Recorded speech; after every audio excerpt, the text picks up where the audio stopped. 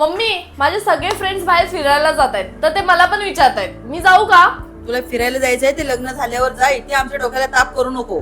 अगं मम्मी काय लग्न झाल्यावर जा म्हणजे आता नाही फिरणार तर कधी फिरणार? काय तू पण. मम्मी हा बघ मी नवीन टॉप घेतला कसा आहे? हे काय असे कपडे इथे घालायचे नाही हा? जे काय कपडे घालायचे ते तुला लग्न झाल्यावर घाल. लोक आम्हाला नावं ठेवायला नको इथे. अरे काय मम्मी कपड्यांमध्ये पण प्रॉब्लेम आहे काय? आई मला ना माझ्या मैत्रिणीसोबत बाहेर फिरायला जायचं होतं मी जाऊ का? कशाला? काही गरज नाही. लग्न झालंय तुझं, घरच्या जबाबदाऱ्या घे जरा आता. आई हे बघा ह्यांनी माझ्या बर्थडे साठी मला नवीन ड्रेस आणलाय कसा आहे? अरे देवा, अगं बाई तुझं आता लग्न झालं आहे, तू का आता असे कपडे घालणार आहेस का? समाजात आमचं नाव आहे, असे कपडे घातलेले मला चालणार नाही. ठीक आहे आई. हे सर्व मुलींच्याच बाबतीत का घडतं?